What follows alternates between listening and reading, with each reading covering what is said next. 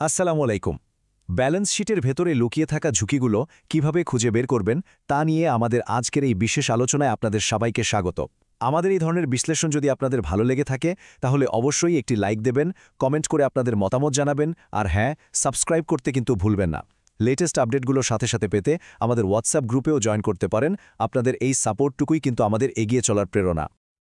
আচ্ছা, একটা ব্যাপার কি কখনো ভেবে দেখেছেন যে অনেক কোম্পানি যারা কিনা বিশাল লাভ করছে তারাও হঠাৎ করে দেউলিয়া হয়ে যায়? মানে ব্যাপারটা অদ্ভুত না? কাগজে কলমে তো তাদের প্রফিটের শেষ নেই, কিন্তু তারপরেও ঠিক সময়ে লোন শোধ করতে পারে না। তো এই যে একটা জটিল ধাঁধা, এর উত্তরটা কিন্তু শুধু প্রফিট অ্যান্ড লস স্টেটমেন্টে খুঁজে পাওয়া যাবে না। এর আসল রহস্যটা লুকিয়ে আছে কোম্পানির ব্যালেন্স শিটের ভেতরে। ব্যালেন্স শিটের মূল রহস্য। চলুন তাহলে গভীরে যাওয়া যাক। এমন একটা মূলনীতি আছে যেটা একটা কোম্পানির টিকে থাকা বা না থাকার বিষয়টা ঠিক করে দেয়, আর এটা বুঝতে পারলেই কিন্তু অনেক লুকোনো বিপদ আগে থেকেই চেনা যায়। একটা জিনিস মাথায় রাখতে হবে, একটা কোম্পানি যেখান থেকেই টাকা আনুক না কেন, পুরো টাকাটাই কিন্তু এক ধরনের দেনা বা লায়াবিলিটি। এটা আজ হোক বা কাল শোধ করতেই হবে। আর এই টাকাটা শোধ করার জন্য যে ক্যাশ টাকা দরকার, সেটা আসবে কোত্থেকে? আসবে কোম্পানির অ্যাসেট বা সম্পদ থেকে।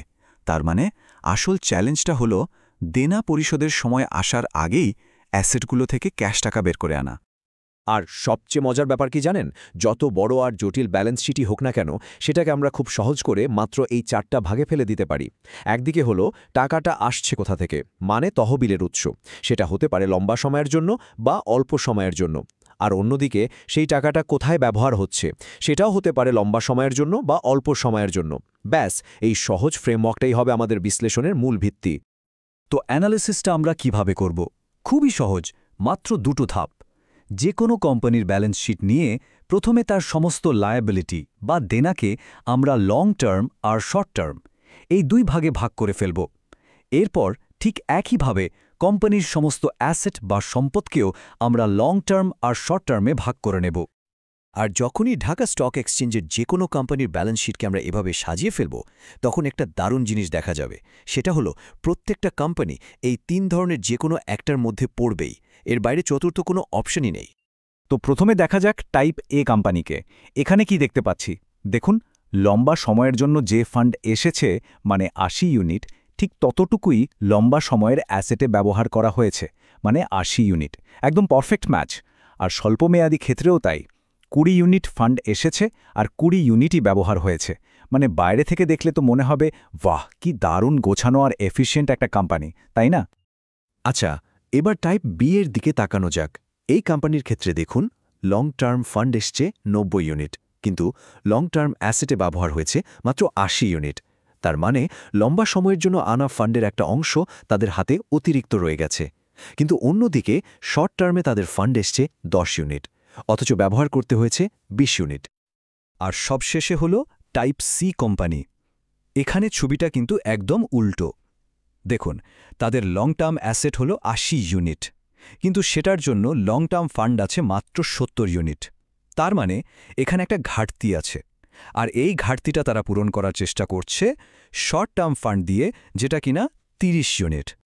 সামনে এগোনোর আগে চলুন একটু ভাবি, এই যে ৩ ধরনের কোম্পানি আমরা দেখলাম, এ, বি আর সি, কোনটাকে দেখে বিনিয়োগের জন্য সবচেয়ে নিরাপদ আর সেরা মনে হচ্ছে? উত্তরটা মনে মনে ঠিক করে নিন, কারণ আমরা এখনই এর ব্যবচ্ছেদ করতে যাচ্ছি। ওকে, তাহলে চলুন বিশ্লেষণ শুরু করা যাক। সবার আগে আমরা সেই কোম্পানিটাকে খুঁজে বের করব যেটা সবচেয়ে বেশি ডেঞ্জারাস বা মারাত্মক আর্থিক ঝুঁকির মধ্যে আছে। যদি আপনাদের অনুমান টাইপ সি হয়ে থাকে, তাহলে অভিনন্দন, আপনাদের ধারণা একদম সঠিক। এই কোম্পানিটা এমন একটা মারাত্মক ভুল করে বসে আছে, যেটা তাকে সোজা দেউলিয়া হওয়ার দিকে ঠেলে দিতে পারে। সমস্যাটা কোথায়? খুব সহজ। যখন শর্ট টার্মের পাওনাদাররা তাদের ৩০ ইউনিট টাকা ফেরত চাইবে, কোম্পানি তার শর্ট টার্ম অ্যাসেট থেকে খুব দ্রুত মাত্র ২০ ইউনিট ক্যাশ জোগাড় করতে পারবে। তাহলে বাকি ১০ ইউনিট সেটা তারা কোত্থেকে দেবে? এইখানে তো আসল সংকটটা তৈরি হয়। আর এটাই হচ্ছে ফিন্যান্সিয়াল ম্যানেজমেন্টের সবচেয়ে বড় পাপগুলোর একটা। মানে আপনি অল্প সময়ের জন্য ধার করা টাকা দিয়ে ফ্যাক্টরি বা মেশিনের মতো লম্বা সময়ের অ্যাসেট কিনছেন। এর ফল কি হয়? কোম্পানিকে তার প্রতিদিনের খরচ মেটানোর জন্য শেষ পর্যন্ত ওই ফ্যাক্টরি বা মেশিনই বিক্রি করতে হয়। আর এখান থেকে কিন্তু একটা কোম্পানির পতনের গল্পটা শুরু হয়। বেশ, তাহলে সবচেয়ে বিপজ্জনক কোম্পানিটাকে তো আমরা চিনে ফেললাম। এখন তাহলে বাকি থাকলো টাইপ এ আর বি। চলুন দেখি এই দুটোর মধ্যে কোনটা শুধু ভালো আর কোনটা আসলে সেরা। যদিও টাইপ একে দেখতে একদম নিখুঁত মনে হচ্ছিল, তাই না? কিন্তু ওর ওই পারফেকশনটাই আসলে একটা লুকানো ঝুঁকি।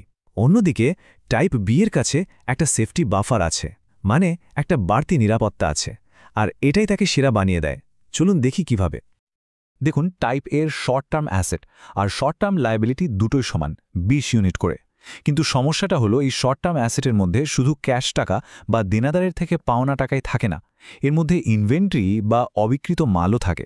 এখন পাওনাদারকে তো আপনি টাকা না দিয়ে বলতে পারেন না যে আমার গুদামে মাল পড়ে আছে নিয়ে যান, তাই না? ফলে হিসাবে একটু 19-20 হলেই টাইপ এ মারাত্মক ক্যাশ সংকটে পড়ে যাবে। চলুন এবার দুটো খুব সহজ কিন্তু শক্তিশালী রেশিও দেখে নিই।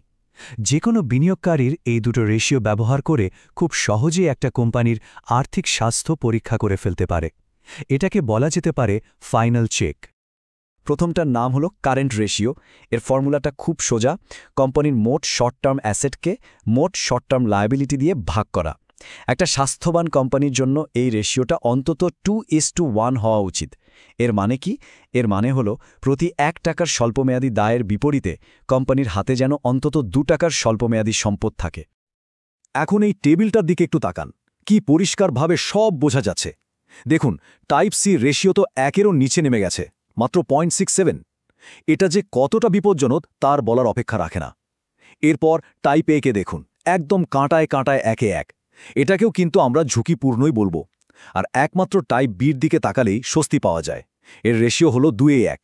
এটাই হলো একটা হেলদি কোম্পানির আসল লক্ষণ, যেখানে একটা সেফটি মার্জিন থাকে। যদি আরও কঠিন পরীক্ষা করতে চান তাহলে ব্যবহার করতে হবে কুইক রেশিও। এখানে আমরা শর্ট টার্ম অ্যাসেট থেকে ইনভেন্টরিকে বাদ দিয়ে দিই, কারণ ইনভেন্টরি তো আর চাইলেই সাথে সাথে ক্যাশ করা যায় না।